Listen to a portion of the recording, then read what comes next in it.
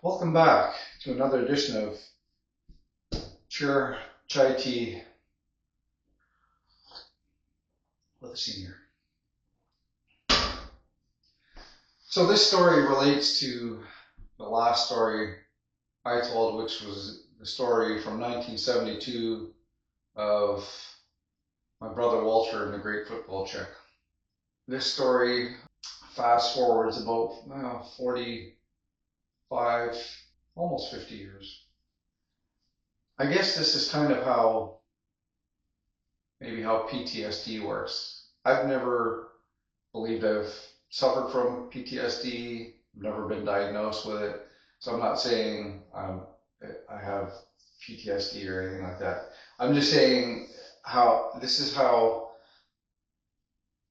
something completely unrelated can trigger an emotion from way back in your past.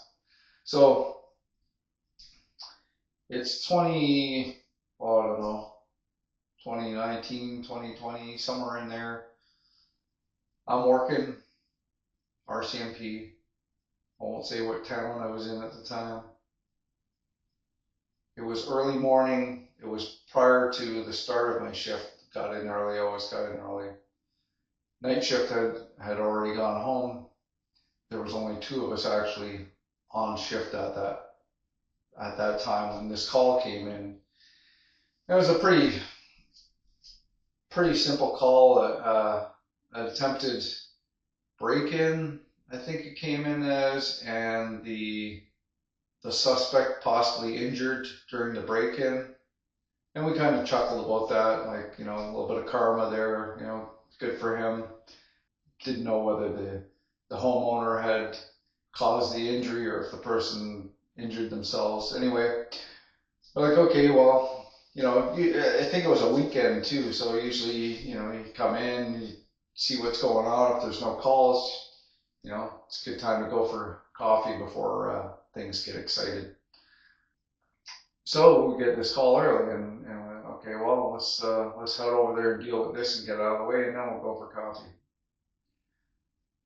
We get our gear together, we're heading into the car, and then we get an update saying that the injured person might have been stabbed, I think it said. They were bleeding, something like that. We're like, oh, okay, well, we better step it up a bit. So we're going lights and sirens now. We're getting the gloves on our way there because there's blood and stuff by the sounds of it. We get to the call. It's in a whole complex of like condo apartments, and it's dark out. We're trying to figure out where the address is we're looking for, and then of course, as often happens, there's someone at the doorway screaming at us to hurry up and get there. So we figure out where we're going, running up into the doorway and come in, and as we run through the doorway, there's a person sitting on the floor holding another person lying on the floor, and they're telling us to hurry up, and this girl laying on the floor is injured. We go running up to her, 21-year-old girl, and I kneel down next to her, and she's looking straight up, but she's not looking at me. She's not looking at the ceiling. Her eyes are open, but she's not seeing anything. And according to the person holding her, she was conscious just a second ago, and now she's just staring into oblivion. I start doing chest compressions on her,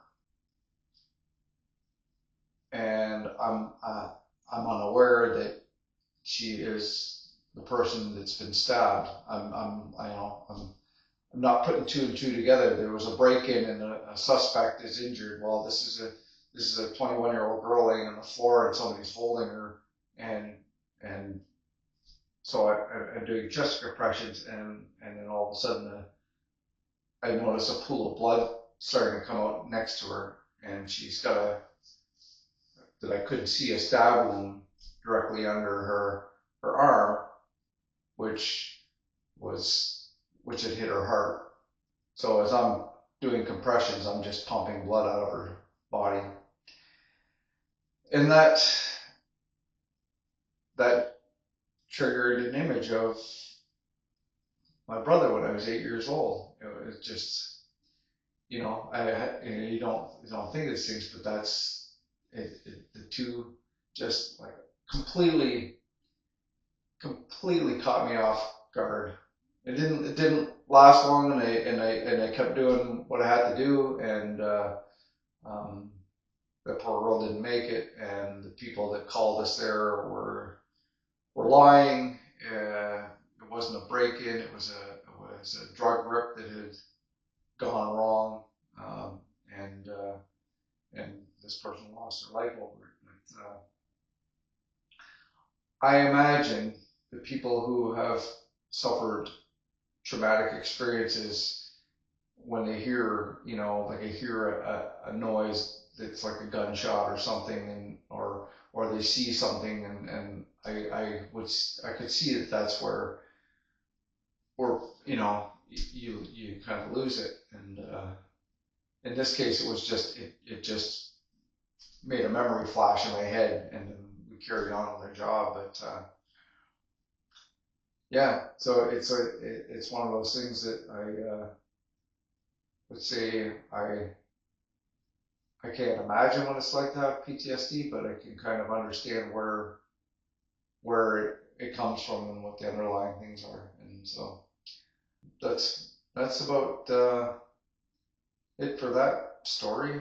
That's what kind of a day in the life of a police officer is like. You don't know what you're stepping into until you're there. And I never did go for coffee that day. We held a murder scene instead.